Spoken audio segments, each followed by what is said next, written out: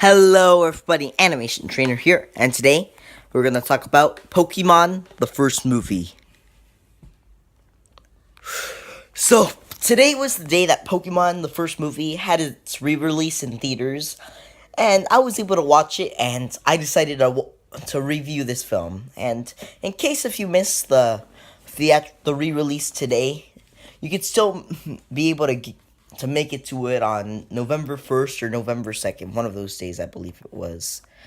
And yeah, now I've actually seen this film before. I just wanted to check it out in theaters, like for the first time in theaters, and possibly the only time I'd be able to see it in theaters. And I really like this movie. Yeah. In fact, if you talked to me like a year before, I used to think it was like just okay, but after rewatching it, I was surprised about like how good it was watching it again, because I believe that, well, I saw it a lot of times when I was younger, but like I didn't remember it too much. And then like I rewatched it twice. Like I rewatched it like 2 years ago when I thought it was okay. Same with the second time I rewatched it again. And then rewatching it in theaters, everything just felt really good. And I wish I waited to do my top 10 favorite movie villains list, because Mewtwo is definitely one of the greatest movie villains ever made. I don't exactly think he's the best. Like, he's not as good as Vader or, Vader or, he's not as good as Vader or anything, but he is still a really good villain, and they made him even better in the Japanese version, where they gave him like more backstory about him and all. Yeah. Here they didn't put that. They didn't really do too much backstory. They just got straight into the movie, which is a little bit of a disappointment. But the movie still came to a good result, though. The animation for 1999 looks really nice.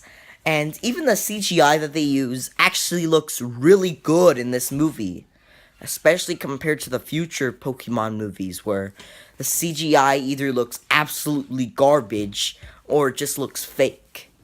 Just fake sometimes. I mean, not exactly fake, but like it just looks rather unfitting. Yeah.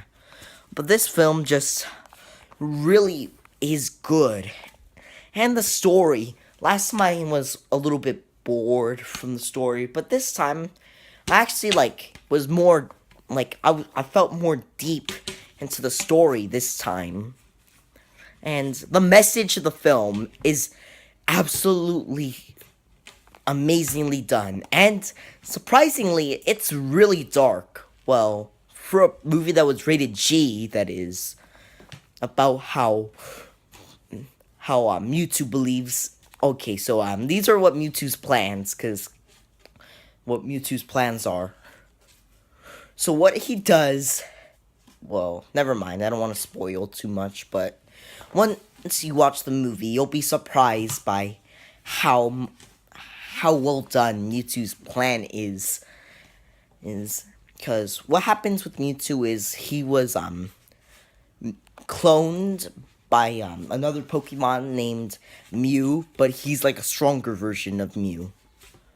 And then what happens is Mewtwo believes that he's nothing but a science experiment and a slave, and so he goes mad, and then he wants to get rid of all of humans and make a new world.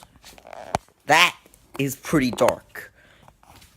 And the Japanese version goes deeper into that as well, with giving him more backstory, like I said earlier. Yeah. And then the ending was definitely really good. And the movie ended at a really satisfying note. And I wish we could see Mewtwo again. Okay, the Genesect movie doesn't count, because that wasn't Mewtwo. That wasn't like the Mewtwo in this movie. This Mewtwo was awesome. The Mewtwo from that movie just didn't work for me. Just didn't work. Yeah. Although if I do have some problems with the movie, even though This movie was definitely better after rewatching it. It's it's some of the side characters. Ash is definitely pretty good in this film, and they, I like how heroic he is in this film, especially in the one of the saddest scenes during the towards the end. But the side characters like Misty, Brock, and the other trainers on the island aren't very memorable. I mean, and then there's Team Rocket as well, and in most of the movies they're just there, just because. In some movies they didn't even use them at all. No wait, they only need. Never mind, that was only one movie they didn't use them, I believe. Yeah, but at least in this movie, Team Rocket actually does do stuff. In fact, to be honest, they do more than Misty and Brock. To be honest, yeah. And this is more of a minor thing, not like anything crucial. In fact, it's more of a nitpick, but they do make references to like real world things that don't really fit in, like Meowth making saying a bunch of cat puns and stuff when cats don't exactly exist in the Pokemon world. That is, yeah. But this movie is definitely really good. In fact, after watching it, I think I might want to do a Pokemon marathon. And yes, I know I'm still doing Harry Potter and Star Wars, but I'm trying to make the Star Wars marathon move a little slowly. Like, not too rushed or anything. Simply because of how... yeah. Simply just because I want it to be around Rogue One, so I'm trying to make it at least around in November. But I still have the prequels left, though. And then Harry Potter, I just review it as I read the books and all. Yeah. So this one I might do more often. Yeah. Only thing is that there are about 18 Pokemon movies. Come on. And this is one where will have more different opinions on. So overall, I give it a 9 out of 10. And just so you know, unlike most of my other marathons where with Marvel and Pixar, most of the movies don't get 9 out of 10s. In fact, there are some movies in this series that I actually really hate, even though I'm a big Pokemon fan. And then at the same time, there are Pokemon movies that I really do love. Yeah.